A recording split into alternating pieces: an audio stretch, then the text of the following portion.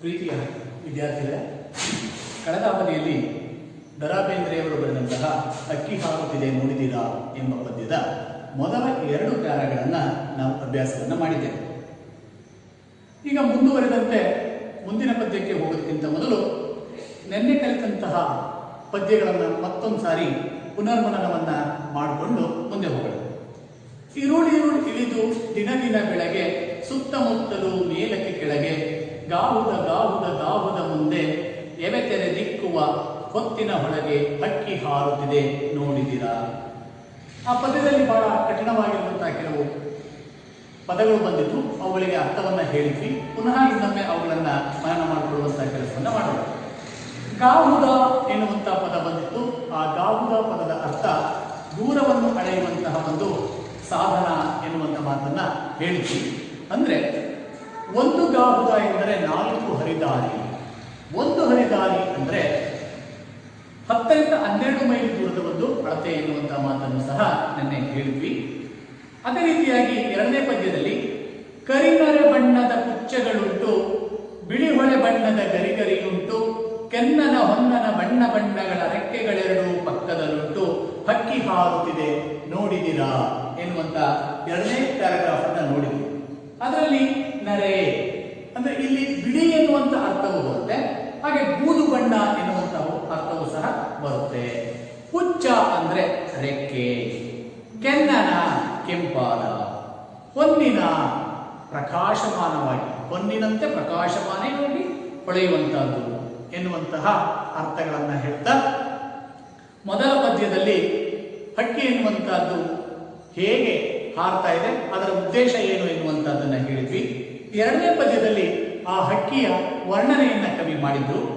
ಅದು ಹೇಗೆ ಇದೆ, ಅದರ ಸ್ವರೂಪ ಎಂತಹದ್ದು ಎನ್ನುವಂತಹದ್ದನ್ನ ಹೇಳಿದ್ವಿ. 2 ರೆಕ್ಕೆಗಳಿವೆ, ಆ ರೆಕ್ಕೆಗಳ ಬಣ್ಣ ಎಂತಹದ್ದು, ಅವು ಎಲ್ಲಿದೆ ಎನ್ನುವಂತಹ ಅರ್ಥಗಳನ್ನ ಹೇಳಿ ನಿನ್ನೆ ನಾವು ಈ ಒಂದು ಪದ್ಯ ಭಾಗವನ್ನು ಮುಗಿಸಿದ್ವಿ. ಇವತ್ತು ಮುಂದಿನ ಪದ್ಯಕ್ಕೆ ನಾವು ಹೋಗೋಣ. ನೀಲ ಮೇಘ ಮಂಡಲ ಸಮಬಣ್ಣ, ಮುಗಿಲಿಗೆ ರೆಕ್ಕೆಗಳೊಡೆದವೋ ಅಣ್ಣ, ಚಿಕ್ಕೆಯ ಮಾಲೆಯ ಸಿಕ್ಕಿಸಿಕೊಂಡು ಸೂರ್ಯಚಂದ್ರರನ್ನು ಮಾಡಿದೆ ಕಣ್ಣ, ಹಕ್ಕಿ ಹಾರುತ್ತಿದೆ ನೋಡಿದಿರಾ. ನೋಡಿ, ನೀಲಮೇಘ ಮಂಡಲ ಸಮಬಣ್ಣ, ಮುಗಿಲಿಗೆ ರೆಕ್ಕೆಗಳೊಡೆದವೋ ಅಣ್ಣ, ಚಿಕ್ಕೆಯ ಮಾಲೆಯ ಸಿಕ್ಕಿಸಿಕೊಂಡು ಸೂರ್ಯಚಂದ್ರರನ್ನು ಮಾಡಿದೆ ಕಣ್ಣ, ಹಕ್ಕಿ ಹಾರುತ್ತಿದೆ ನೋಡಿದಿರಾ. ಏನು ಇದರ್ಥ? ನೀಲ ಮೇಘ ಮಂಡಲ ಸಮಬಣ್ಣ.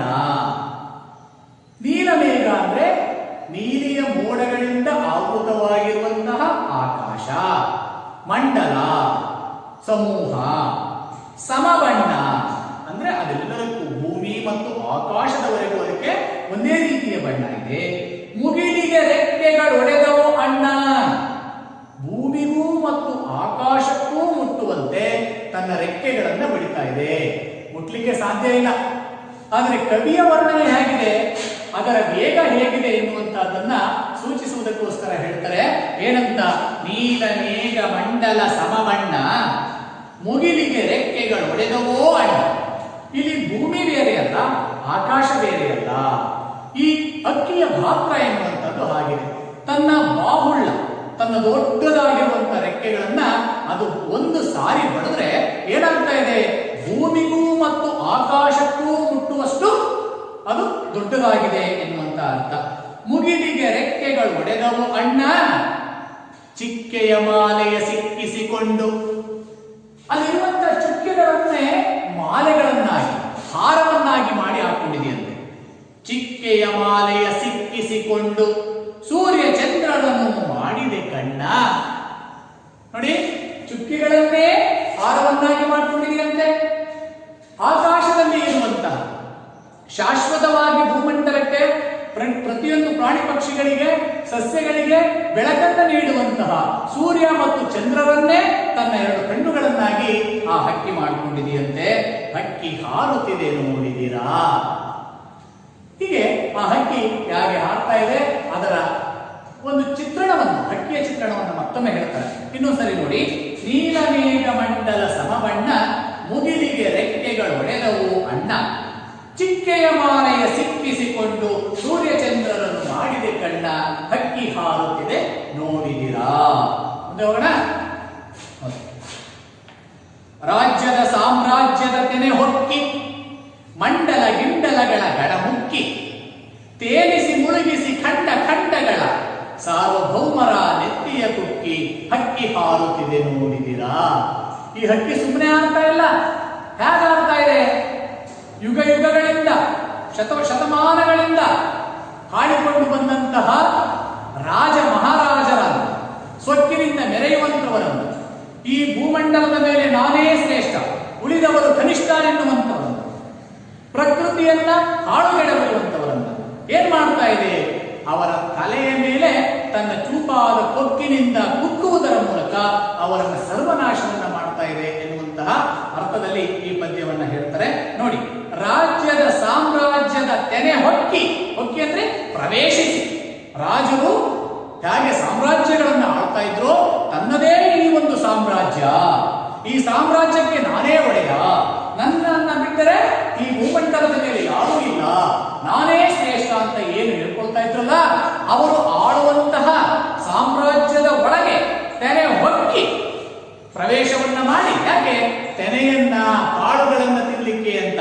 ಹಾಗೆ ಆ ಸಾಮ್ರಾಜ್ಯದ ಒಳಗೆ ರಾಜರುಗಳನ್ನ ಲೆಕ್ಕಿಸದೆ ಅವರ ಧರ್ಮವನ್ನ ಭಂಗಿಸುವುದಕ್ಕೋಸ್ಕರ ರಾಜ್ಯದ ಸಾಮ್ರಾಜ್ಯದ ತೆನೆ ಹೊಕ್ಕಿ, ಮಂಡಲ ಗಿಂಡಲಗಳ ಗಡಮುಕ್ಕಿ.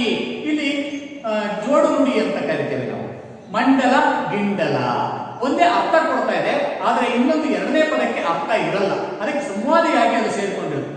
ಮಂಡಲ ಅಂದ್ರೆ ವ್ಯೂಹ, ಮಂಡಲ ಗಿಂಡಲಗಳ ಗಡಮುಕ್ಕಿ. ಗಡ ನಿಶ್ಚಯವಾಗಿಯೂ ಖಂಡಿತವಾಗಿಯೂ ಗವಗವನೆ ತಿಂದು ಎಲ್ಲವನ್ನೂ ಸ್ವಾಹ ಮಾಡಿಕೊಂಡು ಮಂಡಲ ಗಿಂಡಲಗಳ ಗಡಮುಕ್ಕಿ, ತೇಲಿಸಿ ಮುಳುಗಿಸಿ ಖಂಡ ಖಂಡಗಳ ವಿಶಾಲವಾದ ಭೂಭಾಗವನ್ನೇ, ಭೂಮಂಡಲವನ್ನೇ ಏನ್ ಮಾಡ್ತಾ ಇದೆ? ತೇಲಿಸಿ ಮುಳುಗಿಸಿ. ಒಂದ್ಸಾರಿ ಆ ವಿಶಾಲವಾಗಿರುವಂತಹ ಸಮುದ್ರದಲ್ಲಿ ಅದನ್ನ ಹತ್ತಿ ಮತ್ತನ್ನ ಎತ್ತಿ ತೇಲಿಸ್ತದಂತೆ, ಒಂದ್ಸಾರಿ ಮತ್ತೆ ಮುಳುಗಿಸ್ತದಂತೆ. ಯಾರನ್ನ? ರಾಜರುಗಳನ್ನ ಮತ್ತು ಸಾಮ್ರಾಜ್ಯಗಳನ್ನ ತೇಲಿಸಿ ಮುಳುಗಿಸಿ ಖಂಡ ಖಂಡಗಳ ಸಾರ್ವಭೌಮರ ನೆತ್ತಿಯ ಕುಕ್ಕಿ. ಸಾರ್ವಭೌಮರು, ನಾವೇ ಸರ್ವಶ್ರೇಷ್ಠರು, ಇಡೀ ಭೂಮಂಡಲವನ್ನೇ ನಾನು ವಶಪಡಿಸಿಕೊಂಡಿದ್ದೇನೆ ಎನ್ನುವಂತ ಅಹಂಕಾರದಿಂದ ಯಾರು ಮೆರೆತಾ ಇದ್ರೋ, ನಾನು ಮಾಡಿದ್ದೇ ಸರಿ, ನಾನು ಮಾಡಿದ್ದೇ ಕಾನೂನು, ನಾನು ಈ ನಿಸರ್ಗವನ್ನು ಹೇಗೆ ಬೇಕಾದರೂ ಬಳಸಿಕೊಳ್ಳಬಹುದು ಎನ್ನುವಂತ ಅಹಂಬಿನಲ್ಲಿ ಇದ್ದಂತಹ ಆ ಸಾರ್ವಭೌಮರ ನೆತ್ತಿಯ ಕುಕ್ಕಿ. ನೆತ್ತಿ ಎನ್ನುವಂಥದ್ದು ಬಹಳ ಶ್ರೇಷ್ಠವಾಗಿರುವಂತಹ ಒಂದು ಅಂಗ. ಇಲ್ಲಿ ನಿಮ್ಗೆಲ್ಲ ಗೊತ್ತಿರೋ ಹಾಗೆ ಮೆದುಳಿದೆ. ಮೆದುಳು ನಿಷ್ಕ್ರಿಯ ಅಂದ್ರೆ ಮನುಷ್ಯ ಸತ್ತ ಹಾಗೆ ಅಲ್ವಾ? ಹಾಗೆ ಅದು ಬೇರೆ ಎಲ್ಲಿಯೂ ಸಹ ಕುಗ್ತಾ ಇಲ್ಲ, ಅವನ ನೆತ್ತಿಯನ್ನೇ ಕುಗ್ತಾ ಇದೆ. ಅವನ ಅಹಮ್ಮನ್ನ ತುಂಬಿರುವಂತಹ ಈ ಗಡಣವನ್ನ ಕುಗ್ತಾ ಇದೆ. ಎಲ್ಲರೂ ಸಮಾನರು ಎನ್ನುವಂತ ಅಂಧಕಾರವನ್ನ ಮುಚ್ಕೊಂಡಿದ್ದಾನಲ್ಲ, ಅಹಂಕಾರದಿಂದ ಮೆರಿತಾ ಇದ್ದಾನಲ್ಲ, ಅವನ ನೆತ್ತಿಯನ್ನ ಕುಕ್ಕಿದೆ. ಸಾರ್ವಭೌಮರ ನೆತ್ತಿಯ ಕುಕ್ಕಿ, ಹಕ್ಕಿ ಹಾರುತ್ತಿದೆ ನೋಡಿದಿರಾ. ರಾಜ್ಯದ ಸಾಮ್ರಾಜ್ಯದ ತೆನೆ ಹೊಕ್ಕಿ, ಮಂಡಲ ಗಿಂಡಲಗಳ ಗಡಮುಕ್ಕಿ, ತೇಲಿಸಿ ಮುಳುಗಿಸಿ ಖಂಡ ಖಂಡಗಳ ಸಾರ್ವಭೌಮರ ನೆತ್ತಿಯ ಕುಕ್ಕಿ, ಹಕ್ಕಿ ಹಾರುತ್ತಿದೆ ನೋಡಿದಿರಾ.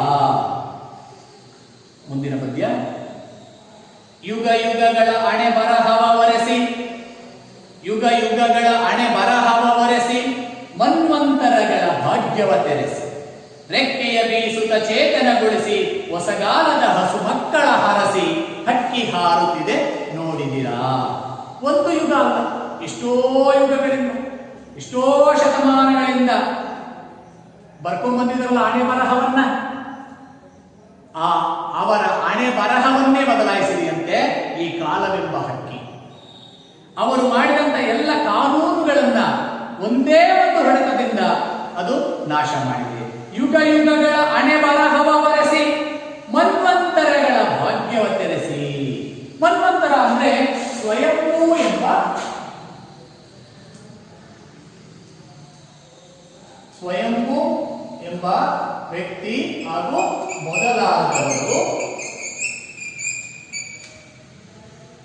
ಸೇರಿಕೊಂಡ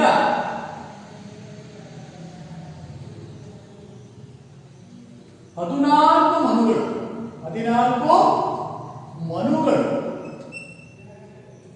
ಆಳಿದಂತಹ ಸಮಯ ಅಂತ. ಆಳಿದ ಸಮಯ ಮನ್ವಂತರ ಅಂದ್ರೆ ಸ್ವಯಂಭೂ ಎಂಬ ವ್ಯಕ್ತಿಯನ್ನು ಒಳಗೊಂಡಂತೆ 14 ಜನ ಮನುಗಳು, ಶ್ರೇಷ್ಠ ವ್ಯಕ್ತಿಗಳು ಆಳಿದಂತಹ ಸಮಯ ಏನಿದೆ ಅದನ್ನ ಮನು ಪ್ಲಸ್ ಅಂತರ ಮನ್ವಂತರ ಅಂತ ಕರೀತಾರೆ. ಅಂದ್ರೆ 71 ಯುಗಗಳಾಗಿವೆ ಅಂತ ಅರ್ಥ ಬರ್ತದೆ. 71 ಯುಗಗಳು. ಈ ಮನ್ವಂತರ ಅಂದ್ರೆ ಪರಿವರ್ತನೆ ಕಾಲ ಅಂತ. ಮನ್ವಂತರ ಅಂದ್ರೆ ಏನು? ಪರಿವರ್ತನೆ ಕಾಲ, ಅಥವಾ ಇದನ್ನು ನಾವು ಹೊಸ ಕಾಲ, ನವಯುಗ ಅಂತನೂ ಕರೀತೀವಿ. ಪ್ರತಿ ವರ್ಷ ನಾವು ಗಮನಿಸಿದಂಗೆ ಪ್ರಶ್ನೆ ಪತ್ರಿಕೆಯನ್ನು ತೆಗೆದೇನಾದರೂ ನೋಡಿದ್ರೆ ಈ ಮನ್ವಂತರ ಎನ್ನುವಂತಹ ಪದ ಅನೇಕ ಪ್ರಶ್ನೆ ಪತ್ರಿಕೆಗಳಲ್ಲಿ ಬಂದಿದೆ. ಆ ನ್ಯೂ ಟೈಪ್ಸ್ ಜಾಗದಲ್ಲಿ ಬರುತ್ತೆ. ಮನ್ವಂತರ ಈ ಪದವು ಯಾವ ಸಂಧಿಗೆ ಉದಾಹರಣೆಯಾಗಿದೆ? ಮನ್ವಂತರ ಇದು ಯಾವ ಸಂಧಿಗೆ ಉದಾಹರಣೆಯಾಗಿದೆ? ಇದನ್ನು ಬಿಡಿಸದೆ ಹಾಗೆ ಮನು ಪ್ಲಸ್ ಅಂತರ ಈಕ್ವಲ್ಸ್ ಮನ್ವಂತರ. ಇಲ್ಲಿ ನೋಡಿ, ಹಿಂದಿನ ತರಗತಿಯಲ್ಲಿ ಹೇಳಿದ್ವಿ ಎರಡು ಪದಗಳು ಕೂಡಿ ಆಗುವುದೇ ಸಂಧಿ ಅಲ್ವಾ? ಮುಂದುವರೆದಂತೆ ಹೇಳಿದ್ವಿ ಉತ್ತರ ಪದ ಮತ್ತು ಪೂರ್ವ ಪದ, ಅಥವಾ ಪೂರ್ವ ಪದ ಮತ್ತು ಉತ್ತರ ಪದ. ಪೂರ್ವ ಪದದ ಕೊನೆಯಲ್ಲಿರುವಂತಹ ವ್ಯಂಜನದಲ್ಲಿ ಇರುವಂತಹ ಸ್ವರ ಉ, ಹಾಗೆ ಪೂರ್ವ ಪದದ ಕೊನೆಯಲ್ಲಿರುವಂತಹ ಸ್ವರಾಕ್ಷರ ಆ. ಈ ಉ ಮತ್ತೆ ಆಕೆ ವಾ ಎನ್ನುವಂತ ಅಕ್ಷರ. ಈ ಎರಡು ಸಂಧಿ ಆಗುವುದನ್ನೇ ನಾವು ಎಂಟ್ ಸಂಧಿ ಅಂತ ಕರೀತೀವಿ. ಯಾವ ಸಂಧಿ? ಎಂಟ್ ಸಂಧಿ. ಇದನ್ನು ಗಮನ ಇಟ್ಟು ನೋಡಿ ನೀವು ಬರ್ಕೊಂಡಿದ್ದಾದ್ರೆ ಪರೀಕ್ಷೆಗೆ ಬಂದಂತಹ ಸಂದರ್ಭದಲ್ಲಿ ಸುಲಭವಾಗಿ ನೀವು ಇದು ಎಂಟ್ ಸಂಧಿ ಅಂತ ಬರುವ ಒಂದು ಅಂಕವನ್ನ ಪಡ್ಕೊಳ್ಳುವಂತಹ ಸಾಧ್ಯತೆ ಇರ್ತದೆ. ಹಾಗಾಗಿ ಸರಿಯಾಗಿ ಅದನ್ನ ಗಮನಿಸಬೇಕಾಗುತ್ತೆ.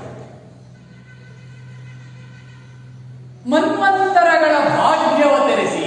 ಭಾಗ್ಯ ಅಂದ್ರೆ ಇಲ್ಲಿ ಕಲ್ಯಾಣ, ಮಂಗಳ, ಒಳ್ಳೆಯದು ಎನ್ನುವಂತ ಅರ್ಥ ಬರುತ್ತೆ. ಭಾಗ್ಯವ ತೆರೆಸಿ ರೆಕ್ಕೆಯ ಬೀಸುತ್ತ ಚೇತನಗೊಳಿಸಿ. ಎಲ್ಲಾ ಅನಿಷ್ಟಗಳನ್ನ, ಎಲ್ಲಾ ಕೆಡುಕುಗಳನ್ನ ಇಂದಿಗೆ ಪರಿಸಮಾಪ್ತಿಯನ್ನ ಮಾಡಿ ಚೇತನಗೊಳಿಸುತ್ತಾ, ಒಳ್ಳೆಯದನ್ನ ಬಯಸುತ್ತಾ, ಮಂಗಳವನ್ನ ಬಯಸುತ್ತಾ ಚೇತನಗೊಳಿಸಿ. ಚೇತನ ಅಂದ್ರೆ ಸದಾ ಆಕ್ಟಿವ್ ಆಗಿರುವಂತ, ಚೇತನ ಜೀವಂತಿಕೆಯಿಂದ ಕೂಡಿರುವಂತ. ಚೇತನಗೊಳಿಸಿ ಹೊಸಗಾಲದ ಹಸು ಮಕ್ಕಳ ನರಸಿ. ಮುಂದೆ ಬರುವಂತಹ ಮಕ್ಕಳಿಗೆ ಅಥವಾ ಮುಂದೆ ಬರುವಂತಹ ಯುವ ಪೀಳಿಗೆಗೆ ಒಳ್ಳೆಯದಾಗಲಿ ಅಂತ ಬಯಸ್ತಾ ಹೊಸಗಾಲದ ಹಸು ಮಕ್ಕಳ ಹರಸಿ ಆಶೀರ್ವದಿಸಿ. ಹಕ್ಕಿ ಹಾರುತ್ತಿದೆ ನೋಡಿದಿರಾ? ಇನ್ನೊಂದ್ಸರಿ ಹೇಳ. ಯುಗ ಯುಗಗಳ ಹಣೆ ಬರಹವ ವರಸಿ ಮನ್ವಂತರಗಳ ಭಾಗ್ಯವ ತೆರೆಸಿ ರೆಕ್ಕೆಯ ಬೀಸುತ್ತ ಚೇತನಗೊಳಿಸಿ ಹೊಸಗಾಲದ ಹಸು ಮಕ್ಕಳ ಹರಸಿ ಹಕ್ಕಿ ಹಾರುತ್ತಿದೆ ನೋಡಿದಿರಾ? ನೆಕ್ಸ್ಟ್, ಬೆಳ್ಳಿಯ ಹಳ್ಳಿಯ ಮೇರೆಯ ಮೇರಿ ತಿಂಗಳಿನೂರಿನ ನೀರನ್ನು ಹೀರಿ ಆಡಲು ಹಾಡಲು ತಾ ಹಾರಾಡಲು ಮಂಗಳ ಲೋಕದ ಅಂಗಳ ಕೇರಿ ಹಕ್ಕಿ ಹಾರುತ್ತಿದೆ ನೋಡಿದಿರಾ? ಸರಿ ನೋಡಿ. ಬೆಳ್ಳಿಯ ಹಳ್ಳಿಯ ಮೇರೆಯ ಮೀರಿ ತಿಂಗಳಿನೂರಿನ ನೀರನ್ನು ಹೀರಿ ಆಡಲು ಹಾಡಲು ತಾ ಹಾರಾಡಲು ಮಂಗಳ ಲೋಕದ ಅಂಗಳ ಕೇರಿ ಅಕ್ಕಿ ಹಾರುತ್ತಿದೆ ನೋಡಿದಿರಾ? ಎಷ್ಟು ಸೊಗಸಾಗಿರುವಂತಹ ಶಬ್ದಗಳು ಇಲ್ಲಿವೆ. ಬೆಳ್ಳಿಯ ಹಳ್ಳಿಯ ಮೇರೆಯ ಮೀರಿ ಅಂದ್ರೆ ಬೆಳ್ಳಿ ಅಂದ್ರೆ ಶುಭ್ರವಾಗಿರುವಂತಹ ಮೋಡಗಳಿಂದ ಕೂಡಿರುವಂತಹ ಶುಕ್ರ ಗ್ರಹ. ಯಾವುದು? ಶುಕ್ರ. ಬೆಳ್ಳಿಯ ಹಳ್ಳಿ ಅಂದ್ರೆ ಶುಕ್ರ ಗ್ರಹದ ಊರಿಗೆ ಹೋಗಿ ಹಳ್ಳಿಗಳಿಗೆ ಹೋಗಿ ಅದನ್ನು ಹಳ್ಳಿಗಳನ್ನು ಮೀರಿ ಈಗಿರುವಂತಹ ಹಳ್ಳಿಗಳನ್ನು ಮೀರಿ ಶುಕ್ರ ಗ್ರಹಕ್ಕೆ ತಾನು ಹೋಗಿ ತಿಂಗಳೂರನ ನೀರನ್ನು ಹೀರಿ, ತಿಂಗಳು ಅಂದ್ರೆ ಚಂದ್ರಲೋಕ, ಚಂದ್ರ, ತಿಂಗಳ ಊರು ಅಂದ್ರೆ ಚಂದ್ರಗ್ರಹ. ಚಂದ್ರಗ್ರಹ, ತಿಂಗಳು ನೆನಪ ಚಂದ್ರ ಅಂದ್ರೆ ಶುಕ್ರಗ್ರಹಕ್ಕೆ ಹೋಗ್ತಾನೆ. ಅಲ್ಲಿಂದ ಈ ಚಂದ್ರನ ಊರಿಗೆ ಹೋಗಿ ಅಲ್ಲಿ ತಿಳಿ ನೀರನ್ನು ಕುಡಿಯುತ್ತಾನೆ. ತಿಂಗಳಿನೂರಿನ ನೀರನ್ನು ಹೀರಿ ಕುಡಿದು ಆಡಲು, ಆಟವಾಡುವುದಕ್ಕೆ ಮತ್ತು ತಾನು ಹಾಡಲು, ತಾಹಾರ ಆಡಲು, ಆಟವನ್ನ ಆಡುವುದಕ್ಕೆ, ತನ್ನ ಸಂತೋಷವನ್ನು ಹಂಚಿಕೊಳ್ಳಿಕ್ಕೆ, ರಾಗಬದ್ಧವಾಗಿ ಹಾಡುವುದಕ್ಕೆ ಹಾಗೂ ತಾನು ಹಾರಾಡಲು, ಸ್ವಚ್ಛಂದವಾಗಿ ಹಾರಾಟವನ್ನ ಮಾಡಲು ಎಲ್ಲಿ ಹೋಗುತ್ತಂತೀಗ? ಮಂಗಳ ಲೋಕದ ಅಂಗಳಕ್ಕೆ, ಮಂಗಳ ಗ್ರಹಕ್ಕೆ ಹೋಗುತ್ತಂತೆ. ಮಂಗಳ ಗ್ರಹಕ್ಕೆ ಹೋಗಿ ಅಲ್ಲಿ ನಾನು ನೆಮ್ಮದಿಯಾಗಿರ್ತೇನೆ ಅಂತ ಕಾಲ ಬರುತ್ತೆ ಅಂತ ಹೇಳ್ತಾ ಹಕ್ಕಿ ಹಾರುತ್ತಿದೆ ನೋಡಿದಿರಾ? ಪ್ರಿಯ ವಿದ್ಯಾರ್ಥಿಗಳೇ, ಇತ್ತೀಚಿನ ದಿನಗಳಲ್ಲಿ ನಾವು ಆ ದೇಶದವರು ಮಂಗಳ ಗ್ರಹಕ್ಕೆ ರಾಕೆಟ್ ಅನ್ನು ಬಿಟ್ಟರು, ಭಾರತದವರು ಬಿಟ್ಟರು. ಮಾನವ ಚಂದ್ರಲೋಕವಲ್ಲದೆ ಈಗ ಮಂಗಳ ಗ್ರಹದಲ್ಲಿಯೂ ಸಹ ಹೋಗಿದ್ದಾರೆ. ಮುಂದೆ ಮಂಗಳ ಗ್ರಹದಲ್ಲಿ ವಾಸವನ್ನ ಮಾಡುವುದು, ಅಲ್ಲಿ ವಾಸಿಸಲಿಕ್ಕೆ ಯೋಗ್ಯವಾಗಿರುವಂತಹ ವಾತಾವರಣ ಇದೆ. ಇನ್ನು ಮುಂತಾದಂತಹ ಮನುಷ್ಯರಿಗೆ ಅವಶ್ಯಕವಾಗಿ ಬೇಕಾಗಿರುವಂತಹ ಪ್ರಕೃತಿಯನ್ನ ಅವನು ಸಂಶೋಧನೆ ಮಾಡ್ತಾ ಇದ್ದಾನೆ ಎನ್ನುವಂತ ಮಾತನ್ನ ನಾವು ಕೇಳುತ್ತೇವೆ. ಅದರ ಬಗ್ಗೆ ಸಂಶೋಧನೆಗಳು ಆಗ್ತಾ ಇರುವಂತಹದ್ದನ್ನ ನಾವು ನೋಡ್ತಾ ಇದ್ದೀವಿ, ಪ್ರತಿನಿತ್ಯ ಮೀಡಿಯಾಗಳಲ್ಲಿ, ಪೇಪರ್ಗಳಲ್ಲಿ ನೋಡ್ತಾ ಇದ್ದೀವಿ. ಆದರೆ ದ.ರಾ ಬೇಂದ್ರೆಯವರು ಸುಮಾರು ವರ್ಷಗಳ ಹಿಂದೆಯೇ ಈ ಒಂದು ಕಲ್ಪನೆಯನ್ನ ಮಾಡಿಕೊಂಡು ಹೇಳಿದ್ರು. ಆ ಕಲ್ಪನೆ ಎನ್ನುವಂತಹದ್ದು ಇವತ್ತು ಸತ್ಯ ಆಗ್ತದೆ. ಮಂಗಳ ಗ್ರಹಕ್ಕೆ ಹೋಗಿದ್ದಾನೆ, ಅಲ್ಲಿ ನೀರಿದೆ ಎನ್ನುವಂತಹದ್ದನ್ನು ಕಂಡಿಡ್ತಿದ್ದಾನೆ, ಅದು ಘನರೂಪದಲ್ಲಿ ಇರುವಂತಹದ್ದನ್ನ ಕಂಡಿಡ್ತಿದ್ದಾನೆ ಅಲ್ವಾ? ನೋಡ್ರಿ, ಅದಕ್ಕೇನೆ ಹೇಳೋದು, ಹಿಂದಿನ ತರಗತಿಯಲ್ಲಿ ಹೇಳ್ತೇನೆ ನಾನು, ಏನಂತ? ರವಿ ಕಾಣದ್ದನ್ನ ಕವಿ ಕಂಡ. ರವಿ ಏನ್ ಮಾಡಬಹುದು? ಇಡೀ ವಿಶ್ವಕ್ಕೆ ಬೆಳಕನ್ನ ಕೊಡ್ತಾನೆ. ಅವನು ಸ್ವಾಭಾವಿಕವಾಗಿರುವಂತವನು, ಅವನಿಗೆ ಆಲೋಚನಾ ಶಕ್ತಿ ಎನ್ನುವಂತಹದ್ದು ಇಲ್ಲ.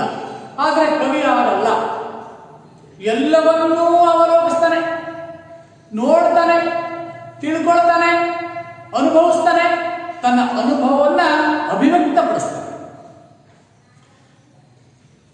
ಒಂದ್ಸಾರಿ ಪಾಠ ಮಾಡಬೇಕಾದ್ರೆ ಅಲಂಕಾರವನ್ನ ಮಾಡ್ತಾ ಇದ್ರು ಶಿಕ್ಷಕರು. ಅಲಂಕಾರವನ್ನ ಮಾಡುವಾಗ ಅವರು ಹೇಳ್ತಾರೆ, ಅಲಂಕಾರ ಅಂದ್ರೆ ಏನು ಅಂತ ಎಲ್ಲ ಹೇಳ್ತಾ ಹೋಗ್ತಾರೆ. ಮನುಷ್ಯ ಹೇಗೆ ತನ್ನ ಸೌಂದರ್ಯವನ್ನು ಹೆಚ್ಚಿಸಿಕೊಳ್ಳುವುದಕ್ಕೆ ವಿವಿಧ ಸಾಮಗ್ರಿಗಳೊಂದಿಗೆ, ವಸ್ತುಗಳೊಂದಿಗೆ ಅಲಂಕಾರವನ್ನು ಮಾಡಿಕೊಳ್ತಾರೋ, ಅವು ಯಾವ್ಯಾವ ಸಾಮಗ್ರಿಗಳು ಅಂತ ನಿಮಗೆಲ್ಲ ಗೊತ್ತಿದೆ. ಹಾಗೆ ಒಂದು ಕಾವ್ಯ ಸುಂದರವಾಗಿ ಕಾಣಬೇಕು ಅಂದ್ರೆ ಶಬ್ದಾಲಂಕಾರ, ಅರ್ಥಾಲಂಕಾರ ಎನ್ನುವಂತಹ ಎರಡು ಪ್ರಕಾರಗಳಲ್ಲಿ ಈ ಕಾವ್ಯದ ಸೌಂದರ್ಯವನ್ನು ಹೆಚ್ಚಿಸ್ತದೆ ಎನ್ನುವಂತ ಮಾತನ್ನು ಹೇಳ್ತಾರೆ. ಆ ಸಂದರ್ಭದಲ್ಲಿ ಶಿಕ್ಷಕರು ಹೇಳಿದಂತ ಒಂದು ಮಾತು ಈಗಲೂ ಸಹ ನಮಗೆ ನೆನಪಿದೆ. ಅದೇನು ಅಂದ್ರೆ, ಪೂರ್ವ ದಿಕ್ಕಿನಲ್ಲಿ ಸೂರ್ಯ ಹೇಗೆ ಉದಯಿಸ್ತಾ ಇದ್ದಾನೆ ಎನ್ನುವಂತ ಮಾತನ್ನ ಒಬ್ಬ ಸಾಮಾನ್ಯ ವ್ಯಕ್ತಿಗೆ ಕೇಳಿದ್ರೆ ಹೇಗೆ ಹುಟ್ಟುತ್ತೆ? ಪೂರ್ವ ದಿಕ್ಕು, ಈ ಕಡೆ ಸೂರ್ಯ ಹುಟ್ಟುತ್ತಾ ಇದ್ದಾನೆ, ಅಲ್ಲಿ ಹಕ್ಕಿಗಳು ಆಡ್ತಾ ಇದ್ದಾರೆ, ಸೂರ್ಯ ಈಗಾನೆ ಕೆಂಪುಗಿದ್ದಾನೆ, ಮೇಲ್ ಬರ್ತಾ ಬರ್ತಾ ಬರ್ತಾ ಬರ್ತಾ ಬರ್ತಾ ಎಲ್ಲರಿಗೂ ಕಾಣಿಸ್ಕೊಳ್ತಾನೆ ಅಂತ ಸಾಮಾನ್ಯವಾಗಿರುವಂತಹ ಒಬ್ಬ ವ್ಯಕ್ತಿ ಹೇಳುವುದು. ಆದ್ರೆ ಕವಿಯಾಗಿರುವಂತವನು ತನ್ನ ಯೋಚನಾ ಲಹರಿಯನ್ನ ಬಿಡ್ತಾನಂತೆ. ಏನ್ ಹೇಳ್ತಾನೆ? ಆಗ ತಾನೇ ಎರೆದು ಬಂದಿರುವ ಮುತ್ತೈದೆಯ ಹಣೆಯ ಕುಂಕುಮದಂತೆ ಪೂರ್ವ ದಿಕ್ಕಿನಲ್ಲಿ ಉದಯಿಸುವ ಸೂರ್ಯನು ಕಂಗೊಳಿಸುತ್ತಿದ್ದಾನೆ. ಎಂತ ಅದ್ಭುತವಾಗಿರುವಂತಹ ವರ್ಣನೆ. ಒಬ್ಬಳು ಸ್ತ್ರೀ ಆಗ್ತಾನೆ ತಲೆಸ್ನಾನವನ್ನ ಮಾಡ್ಕೊಂಡು ಬಂದಿದ್ದಾಳಂತೆ. ತಲೆಸ್ನಾನವನ್ನ ಮಾಡಿರೋದ್ರಿಂದ ಅವಳ ಕೂದಲುಗಳು ಶುಭ್ರವಾಗಿ ಹಾರಾಡ್ಕೊಂಡಿದ್ದಾವೆ. ಇನ್ನು ಅವುಗಳನ್ನ ಒಣಗಿಸಿ ಅವಳನ್ನು ಕಟ್ಕೊಂಡಿಲ್ಲ. ಹಾಗೆ ಬಂದಂತ ಅವಳು ಕನ್ನಡಿಯ ಮುಂದೆ ನಿಂತು ತನ್ನ ಹಣೆಗೆ ಕೆಂಪಾದ ಕುಂಕುಮವನ್ನ ಇಷ್ಟೆಲ್ಲ ಇಟ್ಕೊಂಡಿದ್ದಾಳಂತೆ. ಆ ಮುತ್ತೈದೆಯ ಹಣೆಯಲ್ಲಿರುವಂತಹ ಕುಂಕುಮವು ಹೇಗೆ ವಿಜೃಂಭಿಸುತ್ತಾ ಕಂಗೊಳಿಸ್ತಾ ಇದೆಯೋ ಹಾಗೆ ಕವಿ ವರ್ಣನೆಯನ್ನ ಮಾಡ್ತಾನೆ. ಇಲ್ಲಿ ಆಕಾಶ ಎನ್ನುವಂತಹದ್ದು ಒಂದು ಸ್ತ್ರೀ, ಅಲ್ಲಿ ಚೆದರಿರುವಂತಹ ಮೋಡಗಳೇ ಅವಳ ತಲೆಯ ಕೂದಲುಗಳು, ಆ ಶುಭ್ರವಾಗಿರುವಂತಹ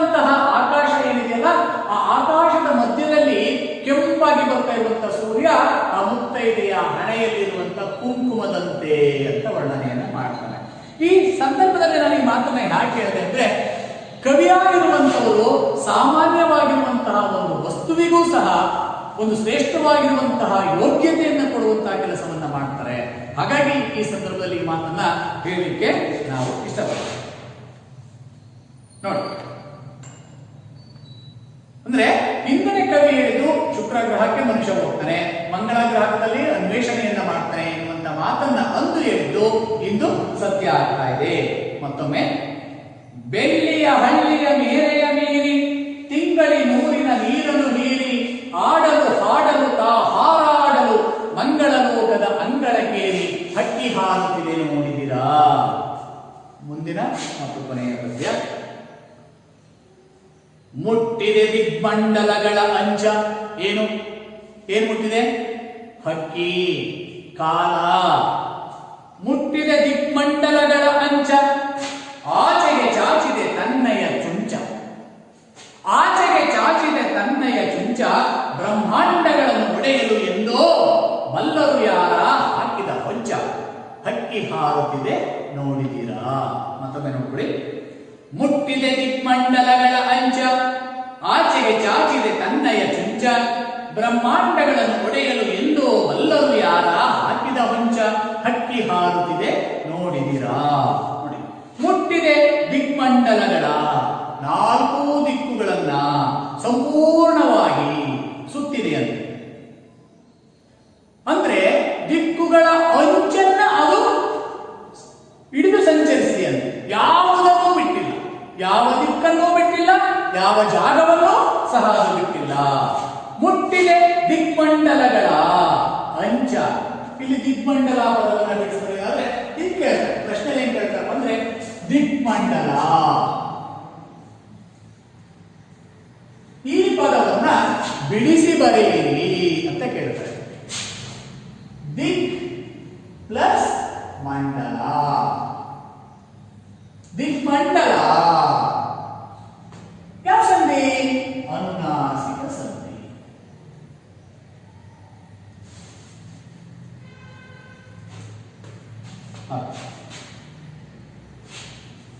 ಮುಟ್ಟಿದ ದಿಗ್ಮಂಡಲಗಳ ಅಂಚ, ಆಚೆಗೆ ಚಾಚಿದೆ ತನ್ನಯ ಚುಂಚ. ಅಷ್ಟೇ ಅಲ್ಲ, ಆ ನಾಲ್ಕು ದಿಕ್ಕುಗಳ ಅಂಚನ್ನ ಸಂಚರಿಸಿರುವುದರ ಜೊತೆಗೆ ಇನ್ನೂ ಏನಾದರೂ ಬೇರೆ ಯಾವುದಾದ್ರೂ ಜಾಗ ಇದ್ರೆ ಇರ್ಲಿ ಅಂತ ಹೇಳಿ ತನ್ನ ಕೊಕ್ಕನ್ನ, ಚುಂಚ ಅಂದ್ರೇನು? ಕೊಕ್ಕು.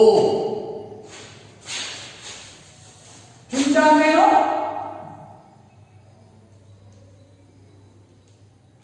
ಕೊಕ್ಕು.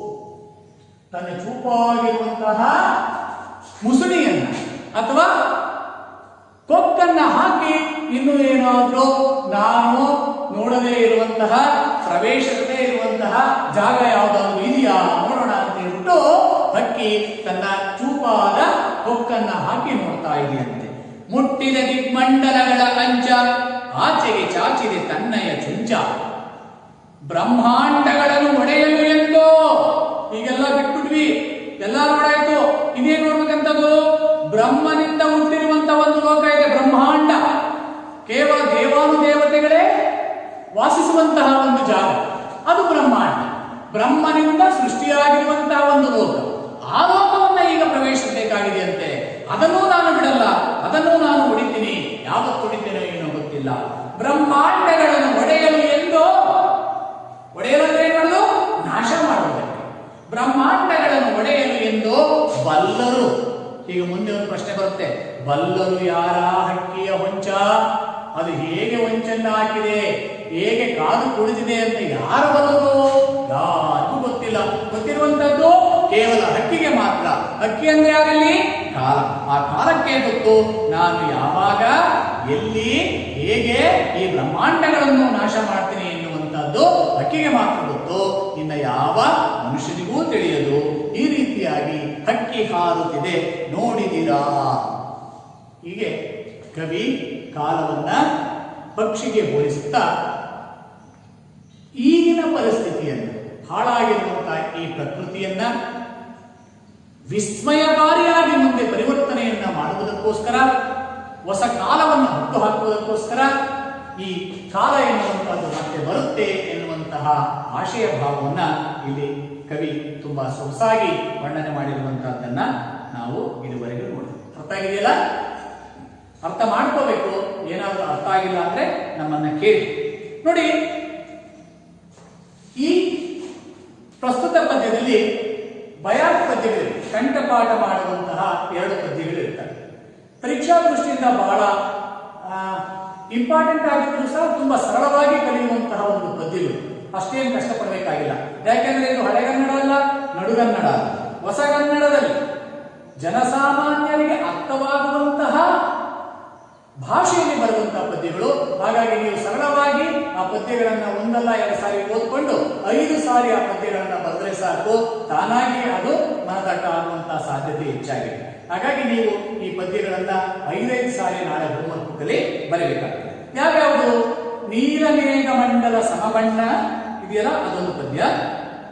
3ನೇ ಪದ್ಯ, ನೀಲಮೇಘ ಮಂಡಲ ಸಮಬಣ್ಣ ಮುಗಿಲಿಗೆ ರೆಕ್ಕೆಗಳೊಡೆದವೋ ಅಣ್ಣ, ಚಿಕ್ಕೆಯ ಮಾಲೆಯ ಸಿಕ್ಕಿಸಿಕೊಂಡು ಸೂರ್ಯಚಂದ್ರರನ್ನು ಮಾಡಿದೆ ಕಣ್ಣ, ಹಕ್ಕಿ ಹಾರುತ್ತಿದೆ ನೋಡಿದಿರಾ ಎನ್ನುವಂತ ಒಂದು ಪದ್ಯ. ಹಾಗೆ 5ನೇ ಪದ್ಯ ಇದೆ ನೋಡಿ, ಯುಗ ಯುಗಗಳ ಹಣೆ ಬರಹವರೆಸಿ ಮನ್ವಂತರಗಳ ಭಾಗ್ಯವ ತೆರೆಸಿ ರೆಕ್ಕೆಯ ಬೀಸುತ್ತ ಚೇತನಗೊಳಿಸಿ ಹೊಸಗಾಲದ ಹಸು ಮಕ್ಕಳ ಹಲಸಿ ಹಕ್ಕಿ ಹಾರುತ್ತಿದೆ ನೋಡಿದಿರಾ ಎನ್ನುವಂತ ಒಂದು ಪದ್ಯ ಇದೆಯಲ್ಲ. ಈ 2 ಪದ್ಯಗಳು ಕಂಠಪಾಠಕ್ಕಿರುತ್ತೆ. ಇವುಗಳನ್ನು ಚೆನ್ನಾಗಿ ಅಭ್ಯಾಸ ಮಾಡಬೇಕಾಗುತ್ತೆ.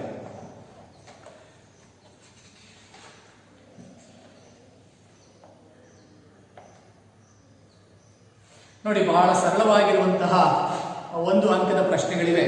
ನೀವು ಪದ್ಯವನ್ನ ಸರಿಯಾಗಿ ಏನಾದ್ರೂ ಆಲಿಸಿದ್ರೆ, ನಾವು ಹೇಳುವಂತಹ ವಿವರಣೆಯನ್ನ ಚೆನ್ನಾಗಿ ನೀವು ಅರ್ಥ ಮಾಡಿಕೊಂಡಿದ್ರೆ, ನಿಮ್ಮ ಸಮಸ್ಯೆಯನ್ನ ಸಂಕೋಚವಿಲ್ಲದೆ ಕೇಳಿ ಮತ್ತೊಮ್ಮೆ ಶಿಕ್ಷಕರಿಂದ ತಿಳ್ಕೊಂಡ್ರೆ ಸುಲಭವಾಗಿ 1 ಅಂಕದ ಪ್ರಶ್ನೆಗಳಿಗೆ ಉತ್ತರವನ್ನ ಕೊಡಬಹುದು. ಹಕ್ಕಿ ಯಾವ ವೇಗದಲ್ಲಿ ಹಾರುತ್ತಿದೆ? ಶರವೇಗದಲ್ಲಿ ಅಂತ ಬರೆಯಿರಿ. ಕಣ್ಣನ್ನು ಮುಚ್ಚಿ ಕಣ್ಣು ತೆರೆಯುವ ಒಳಗಡೆ ಶರವೇಗದಲ್ಲಿ ಅದು ಸಂಚರಿಸುತ್ತಿದೆ. ಹಕ್ಕಿಯ ಗರಿಯಲ್ಲಿ ಯಾವ ಬಣ್ಣಗಳಿವೆ? ಕಪ್ಪು ಮತ್ತು ಬಿಳಿ ಅಥವಾ ಬೂದು ಬಣ್ಣ. ಹಕ್ಕಿಯ ಕಣ್ಣುಗಳು ಯಾವುವು? ಸೂರ್ಯಚಂದ್ರರು. ಹಕ್ಕಿಯು ಯಾರ ನೆತ್ತಿಯನ್ನು ಕುಕ್ಕಿದೆ? ಸಾರ್ವಭೌಮರ ನೆತ್ತಿಯನ್ನು ಕುಕ್ಕಿದೆ. ಬರಬೇಕಾದ್ರೆ ಮೇಷ್ಟ್ರಿಗೆ ಹೇಳಿದ್ರಪ್ಪ, ಹಕ್ಕಿಯು ಯಾರ ನೆತ್ತಿಯನ್ನು ಕುಕ್ಕಿದೆ? ಮೇಷ್ಟ್ರಿಗೆ ಬರೀ ಸಾರ್ವಭೌಮರ ಅಷ್ಟೇ ಬರೀಬಾರದು.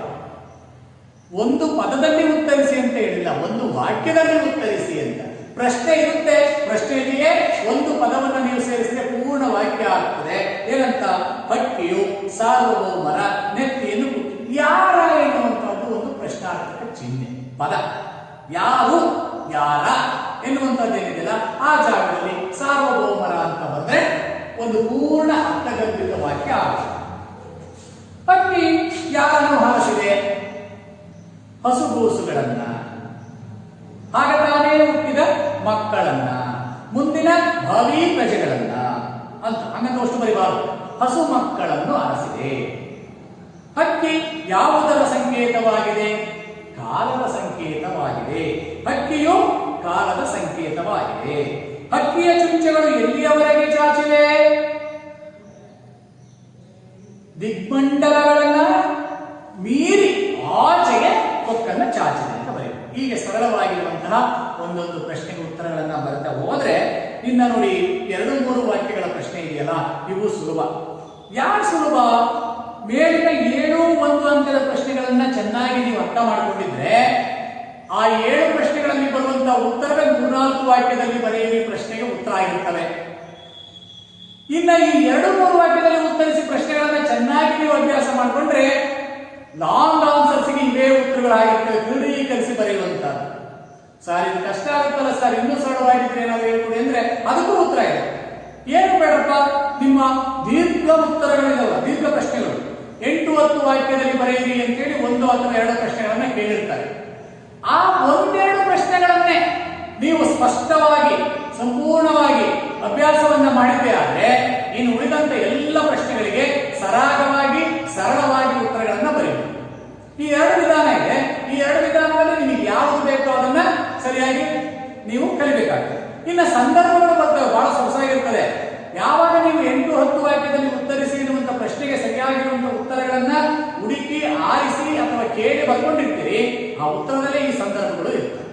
ಹಾಗಾಗಿ ನಿಮಗೆ ಯಾವುದು ಸರಳವೋ ಅದನ್ನು ನೀವು ಅನುಸರಿಸಿ. ಈ ಸಂದರ್ಭವನ್ನು ಬರಬೇಕಾದ್ರೆ ಬಹಳ ಪ್ರಮುಖವಾಗಿ ನೀವು ಅನುಸರಿಸಬೇಕಾಗಿರುವಂತಹದ್ದು 4 ಸ್ಟೆಪ್ಸ್ ಇರ್ತವೆ. ಏನ್ ಸರ್ ಅದು ನೋಡಿ, ರೆಕ್ಕೆಗಳೆರಡು ಪಕ್ಕದಲ್ಲುಂಟು ಅಂತ ಕೇಳಿದೆ. ಇದನ್ನು ಬರೀಬೇಕಾದ್ರೆ ಅನುಸರಿಸಬೇಕಾಗಿರುವಂತಹ ಸ್ಟೆಪ್ಸ್ ಯಾವುವು ಅಂದ್ರೆ, ಈ ವಾಕ್ಯ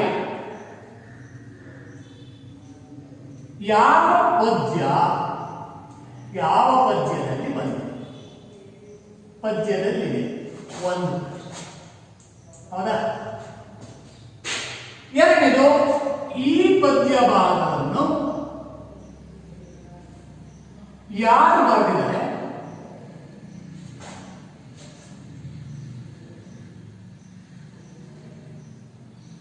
ಕೃತಿ ಯಾವುದು? ಇದನ್ನು ಬರೆದ. ಮೂರನೇದು, ಯಾವ ಸಂದರ್ಭದಲ್ಲಿ ಬಂದಿದೆ?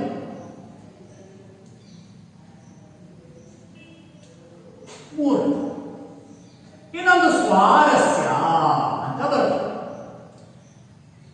ಈ ಪದ್ಯದ ಸ್ವಾರಸ್ಯ ಏನು, ಈ ಸಾಲಿನ ಈ ವಾಕ್ಯದ ಸ್ವಾರಸ್ಯ ಏನು ಎನ್ನುವಂತಹದ್ದನ್ನ ನಾವು ಕೊನೆಗೆ ಒಂದೆರಡು ಲೈನಲ್ಲಿ ಬರೆದ್ರೆ ಸಾಕು.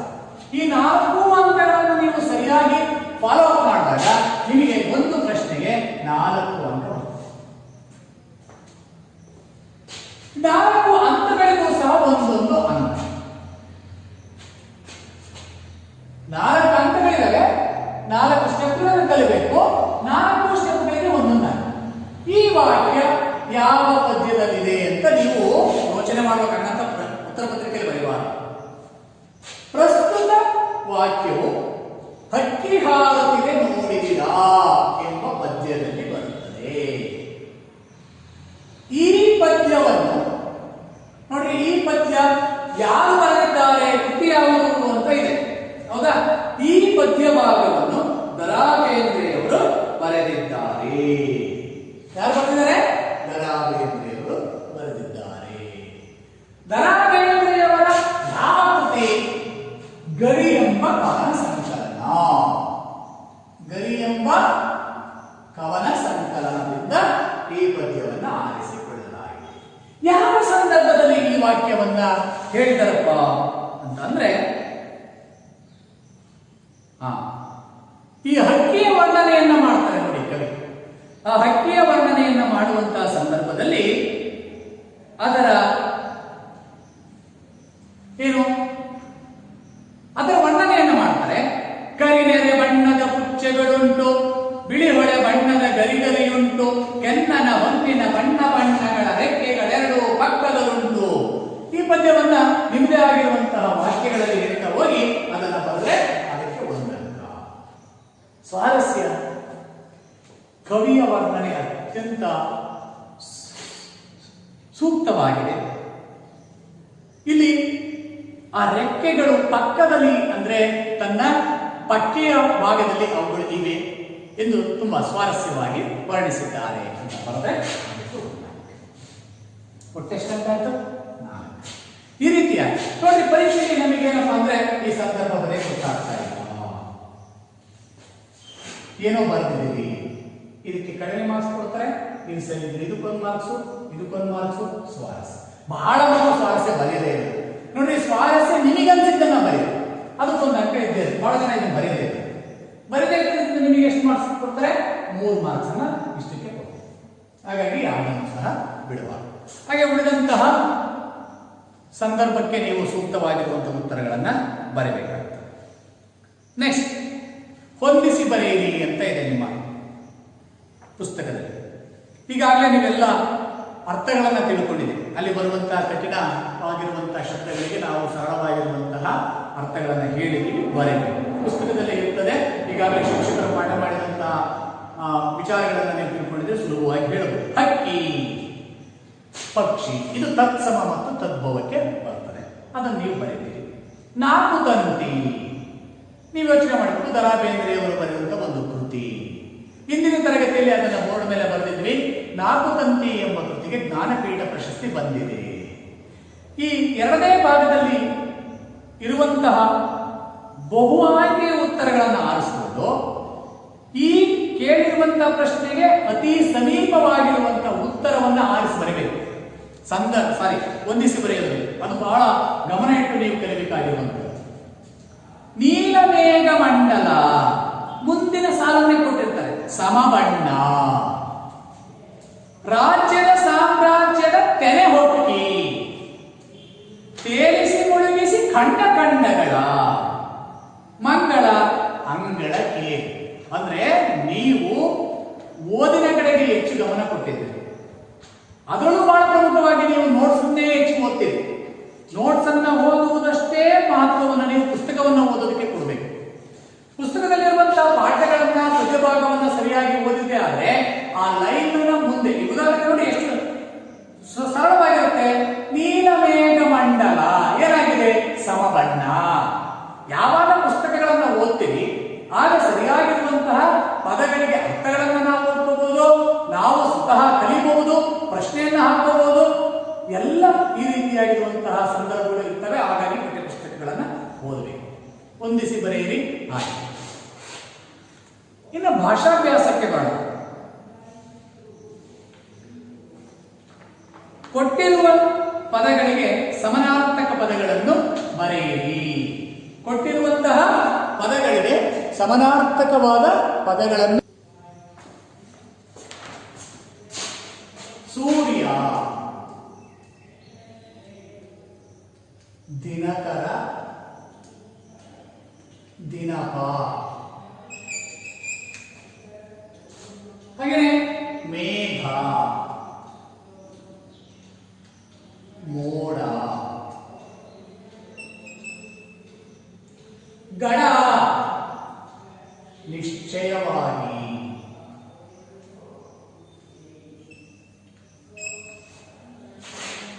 ಹರಸು,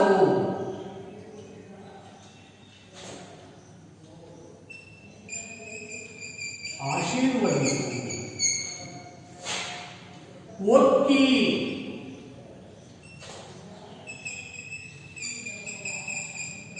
ಪ್ರವೇಶಿಸಿ, ಕೆನೆ, ಕೆನ್ನ ಕೆಂಪು. ಹೀಗೆ ಸಮಾನಾರ್ಥಕ ಪದಗಳನ್ನ ನೀವು ಬರೀತಾ ಹೋಗ್ಬೇಕು. ನೆಕ್ಸ್ಟ್, ಕೊಟ್ಟಿರುವ ಪದಗಳಿಗೆ ತತ್ಸಮ ತದ್ಭವ ಬರೆಯಿರಿ. ಇಲ್ಲಿ ಬಹಳ ವಿದ್ಯಾರ್ಥಿಗಳು ತತ್ಸಮ ತದ್ಭವ ಅಂದ್ರೆ ಏನು ಎನ್ನುವಂತಹದ್ದೇ ಕಷ್ಟಕರವಾಗಿರುವಂಥದ್ದು. ನೋಡಿ, ಬಹಳ ಸರಳವಾಗಿ ಹೇಳ್ಬಿಡ್ತೀನಿ. ತತ್ಸಮಗಳು ಯಾವಾಗಲೂ ಕ್ಲಿಷ್ಟಕರವಾಗಿರುವಂತಹ ಶಬ್ದಗಳಿಂದ ಒಳಗೊಂಡಿರ್ತವೆ. ಇನ್ನೂ ಮುಂದುವರೆದು ಹೇಳಬೇಕಂದ್ರೆ ಸಂಯುಕ್ತಾಕ್ಷರಗಳಿಂದ ಕೂಡಿರ್ತವೆ ತತ್ಸಮಗಳು. ತದ್ಭವಗಳು ಸಜಾತಿಯ ಒತ್ತಕ್ಷರಗಳಿಂದ ಕೂಡಿರ್ತವೆ, ಜೊತೆಗೆ ಉಚ್ಚರಿಸುವುದಕ್ಕೆ ಸ್ವಲ್ಪ ಸರಳವಾಗಿರ್ತವೆ. ಇದು ನಮ್ಮಂತ ದಡ್ರಿಗೆ ಕಲಿಸಲಿಕ್ಕೆ ಇರ್ತಾರೆ, ಜಾಣ್ರಿಗಲ್ಲ. ತತ್ಸಮ ತತ್ವ ಅಂದ್ರೆ ಏನ್ ಸರ್ ಅಂದ್ರೆ ಸಂಸ್ಕೃತ ಪದಗಳು, ಅನ್ಯದೇಶೀಯ ಪದಗಳು, ಸ್ವದೇಶೀಯ ಪದಗಳು ಅಂತ ಬರ್ತವಲ್ಲ ಅವರು ಅಂತ ನೀವು ಹೇಳ್ತೀವಿ. ನಾನೀಗ ಅದನ್ನು ಪಾಠ ಮಾಡಿ ಹೋಗಲ್ಲ. ತತ್ಸಮ ತತ್ವ ಅಂದ್ರೆ ಮತ್ತೆ ಹೇಳ್ಕೊಂತ ಹೋಗ್ಬೇಕಂದ್ರೆ ತತ್ ಅಂದ್ರೆ ಅದಕ್ಕೆ ಸಮ ಅಂದ್ರೆ ಸಮನಾಗಿರುವಂತಹದ್ದು, ತತ್ ಅಂದ್ರೆ ಅದಕ್ಕೆ, ಭವ ಅಂದ್ರೆ ಹುಟ್ಟು, ಅದಕ್ಕೆ ಸಮಾನವಾಗಿ ಹುಟ್ಟಿರುವಂತಹದ್ದು. ಹೀಗೆಲ್ಲ ಹೇಳ್ಕೊಂತ ಹೋಗ್ಬೇಕಾಗ್ತದೆ. ಹಾಗೇನು ಬೇಡ. ನಿಮಗೀಗ ಇವೆಲ್ಲ ಕಲಿತು ಬಂದಿರೋದ್ರಿಂದ ಹಾಗೆ ಅದನ್ನ ಮುಂದುವರಿಸೋಣ. ಬಣ್ಣ, ವರ್ಣ. ನೋಡ್ರಿ, ಆಗ ಒಂದು ಸರಳವಾಗಿ ಗಟ್ಟಿಗೆ ಅಂತ ನಾವು ಹೇಳಬಲ್ಲ.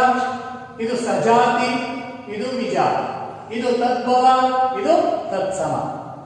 ನೆಕ್ಸ್ಟ್, ಬ್ರಹ್ಮ, ಬೊಮ್ಮ. ಬರ್ಕೊಳ್ಳಿ ಹಾಗೇನೆ. ಬ್ರಹ್ಮ, ಬೊಮ್ಮ ಬರ್ದೆ ಬಿಡ. ನೋಡಿ, ಬ್ರಹ್ಮ, ಬೊಮ್ಮ ಆಗ್ಲೇ ಹೇಳ್ತೀರ. ವಿಜಾತೀಯ ಸಂಯುಕ್ತಾಕ್ಷರಗಳು ತತ್ಸಮ, ಬೊಮ್ಮ ತದ್ಭವ, ಸಜಾತೀಯ ಸಂಯುಕ್ತಾಕ್ಷರಗಳಿಂದ ಕೊಂಡಿರುತ್ತದೆ. ಬ್ರಹ್ಮ ಉಚ್ಚರಿಸುವುದಕ್ಕೆ ಸ್ವಲ್ಪ ಕಷ್ಟ ಆಗ್ತದೆ, ಬೊಮ್ಮ ಉಚ್ಚರಿಸುವುದು ಸರಳವಾಗಿದೆ.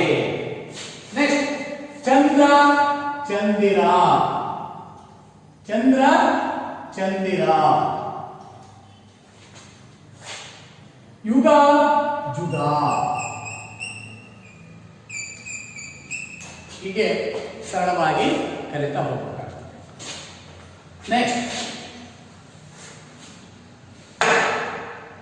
ಕೊಟ್ಟಿರುವ ಪದಗಳನ್ನು ಬಿಡಿಸಿ ಸಂಧಿಯ ಹೆಸರನ್ನು ಸೂಚಿಸಿ. ಹಿಂದೆ ಪಾಠ ಮಾಡುವಂತಹ ಸಂದರ್ಭದಲ್ಲೂ ಸಹ ಅದನ್ನ ಹೇಳಿದ್ವಿ, ನೋಡ್ಕೊಳ್ಳಿ. ಈರುಳ್ಳಿ ಈರುಳ್ಳಿ ಇಳಿದು ಅಥವಾ ಈರುಳ್ಳಿ ಇಳಿದು.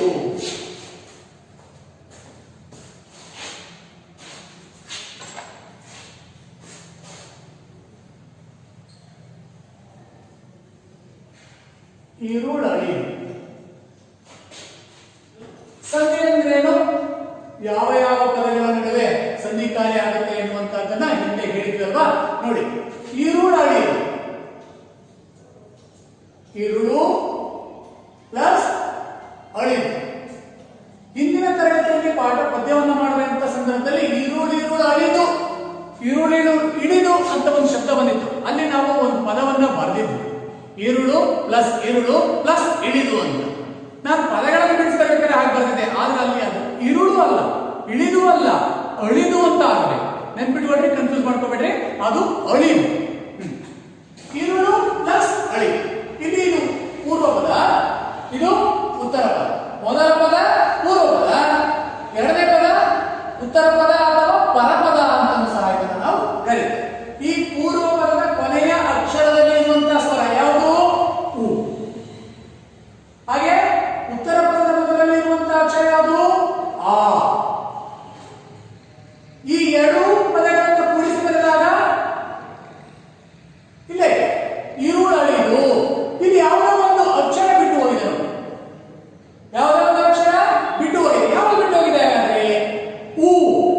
ಉ ಎನ್ನುವಂತಹದ್ದು ಲೋಪ ಆಗಿ ಕಳೆದು ಹೋಗಿದೆ.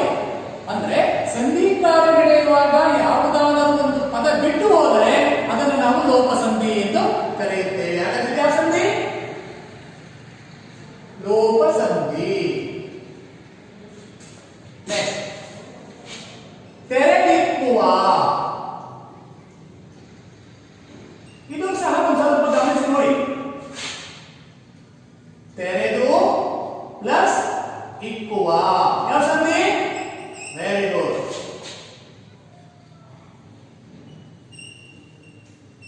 ಲೋಪ ಸಂಧಿ. ಮೂರನೇದು ಹೊಸಗಾಲ. ಹೊಸಗಾಲ ನೋಡಿ ಮಕ್ಕಳೆಲ್ಲ ಸ್ವಲ್ಪ ಗಮನಿಸಿ. ಹೊಸ ಪ್ಲಸ್ ಕಾಲ ಅಂತ ಬಂತು. ಬಿಡಿಸಿ ಬರದಾಗ, ಕೂಡಿಸಿ ಬರದಾಗ ಏನಾಗುತ್ತೆ ಅಂತ ನೋಡೋಣ. ಪೂರ್ವ ಪದದ ಕೊನೆಯ ಅಕ್ಷರದಲ್ಲಿರುವಂತಹದ್ದು ಆ, ಉತ್ತರ ಪದದ ಮೊದಲಿರುವಂತಹದ್ದು ಆ. ಆದರೆ ಈ ಎರಡು ಬದಲಾಗಿ ಏನಿದೆ? ಗ ಎನ್ನುವಂತಹದ್ದು ಬಂದಿದೆ. ಹೊಸ ಅಕ್ಷರ ಬಂದು ಆಗಮಿಸಿದೆ, ಬಂದು ಸೇರ್ಕೊಂಡಿದೆ. ಹಾಗಾಗಿ ಇದನ್ನು ನಾವು ಆದೇಶ ಸಂಧಿ. ಅದಕ್ಕೆ ಬದಲಾಗಿ ಇದನ್ನ ಗಕಾರಾದೇಶ ಸಂಧಿ ಅಥವಾ ಆದೇಶ ಸಂಧಿ. ನೆಕ್ಸ್ಟ್, ಮನ್ವಂತರ. ಬೆಳಗ್ಗೆ ಆಮೇಲೆ ಪಾಠ ಮಾಡಬೇಕಂತ ಹೇಳಿದ್ವಿ. ಮನು ಪ್ಲಸ್ ಅಂತರ ಗೋಟ್ ಎಂಡ್ ಸಂಧಿ.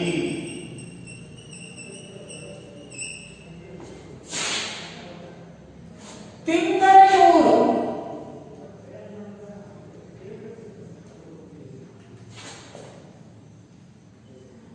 ತಿಂಗಳಿನ ಪ್ಲಸ್ ಊರು. ಇಲ್ಲಿ ಆ ಇದೆ, ಇಲ್ಲಿ ಊ ಇದೆ, ಇಲ್ಲಿ ಏನಾಗಿದೆ? ಆ ಬಿಟ್ಟು ಹೋಗ್ತದೆ. ಲೋಪ ಸಂಧಿ. ಅರ್ಥ ಆಯ್ತಲ್ಲ? Okay, very good.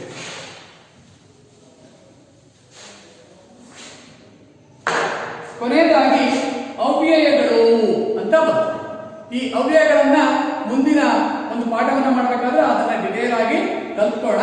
ಈಗ ಕೊಟ್ಟಿರುವಂತಹ ಪದಗಳಿಗೆ ನಾವು ಹೇಳೋಣ. ಅಂದ್ರೆ ಏನಪ್ಪಾ ಅಂದ್ರೆ, ಲಿಂಗ ವಚನ ವಿಭಕ್ತಿಗಳಿಂದ ಯಾವ ವ್ಯತ್ಯಾಸವನ್ನು ಹೊಂದದೆ ಇರುವಂತಹ ಶಬ್ದಗಳು. ಚೆನ್ನಾಗಿ, ನೆಟ್ಟಿಗೆ, ಮೆಲ್ಲಗೆ, ಸುಮ್ಮನೆ, ತರುವಾಯ ಇತ್ಯಾದಿ ಶಬ್ದಗಳು ಬರ್ತವೆ. ಅದನ್ನ ವಿವರವಾಗಿ ಈಗಾಗಲೇ ನೀವು ಕಲ್ತು ಬಿಟ್ಟಿದ್ದೀರಾ ಹಿಂದಿನ ತರಗತಿಗಳಲ್ಲಿ. ಹಾಗಾಗಿ ಅದರ ಕಡೆಗೆ ಹೆಚ್ಚು ಗಮನವನ್ನು ಕೊಡದೆ ಮುಂದಕ್ಕೆ ಹೋಗೋಣ. ಅವರು ಕೇಳಿರುವಂತಹ ಪ್ರಶ್ನೆಗಳಿಗೆ ಸರಿಯಾಗಿರುವಂತಹ ಉತ್ತರವನ್ನ ಕೊಡುವಂತ ಪ್ರಯತ್ನವನ್ನ ಮಾಡೋಣ. ಬರ್ಕೊಳ್ಳಿ. ಅದುವೇ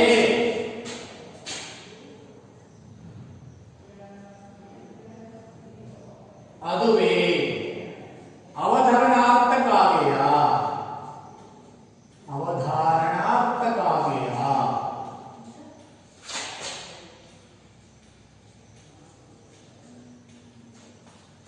ಎರಡನೇದು ಆದ್ದರಿಂದ.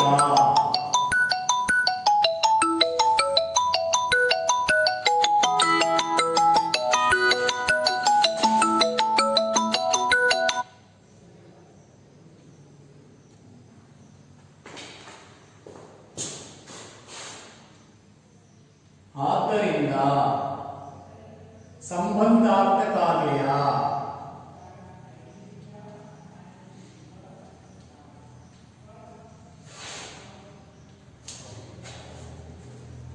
ಮಕ್ಕಳೇ, ಹೀಗೆ ಅಲ್ಲಿ ಕೊಟ್ಟಿರುವಂತಹ ಪದಗಳಿಗೆ ನೀವು ಉತ್ತರಗಳನ್ನ ಬರೀಬೇಕಾಗ್ತದೆ. ನಾವು ಒಂದೆರಡು ಶಬ್ದಗಳನ್ನ ಗುರುತಿಸಿದ್ದೇವೆ. ಉಳಿದಂತವ್ರು ಹಾಗೆ ಹೇಳ್ತೀನಿ, ಬರ್ಕೊಂಡ್ಬಿಡಿ. ಅಯ್ಯೋ ಅಯ್ಯೋ ಭಾವನೆಗಳನ್ನ ವ್ಯಕ್ತಪಡಿಸುವಂತಹದ್ದು.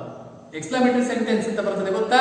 ಅದು ಭಾವನೆಗಳನ್ನ ಅಬ್ಬಬ್ಬಾ, ಅಯ್ಯೋ, ವಾವ್ ಅಂತ ಆಗ್ತದೆ. ಇದು ಭಾವಸೂಚಕಾವ್ಯಯ. ಬೇಗನೆ ಸಾಮಾನ್ಯಾರ್ಥ ಕಾವ್ಯಯ. ಧಗಧಗ ಅನುಕರಣಾವ್ಯಯ. ಅನುಕರಣಾರ್ಥ ಕಾವ್ಯಯ. ಅನುಕರಣ ಎಂದ್ರೇನು? ಪ್ರಕೃತಿಯಲ್ಲಿರುವಂತಹ ಗಿಡ, ಮರ, ಪ್ರಾಣಿ, ಪಕ್ಷಿಗಳ ಧ್ವನಿಗಳನ್ನು ಅನುಸರಿಸುವಂತಹದ್ದು. ಧಗಧಗ ಬೆಂಕಿ ಧಗಧಗನೆ ಉರಿಯಿತು, ಆವು ಸರಸರನೆ ಸರಿಯಿತು, ನೀರು ಜುಳುಜುಳನೆ ಜಾರಿತು. ಈ ಹೇಳುವುದು ಸಾಕು, ಕೆಲಸವನ್ನ ಸೂಚಿಸುವ ಶಬ್ದ. ಸಾಕಪ್ಪ, ನಿಲ್ಲಿಸ್ಬಿಡಯ್ಯ ಅಂತೀವಲ್ಲ, ಅದನ್ನು ನಾವು ಕ್ರಿಯಾರ್ಥ ಕಾವ್ಯಯ ಅಂತ ಕರಿತೀವಿ. ಓಹೋ, ಭಾವಸೂಚಕಾರ್ಥ ಕಾವ್ಯಯ. ಭಾವಾರ್ಥಕ ಭಾವನ ನೆಕ್ಸ್ಟ್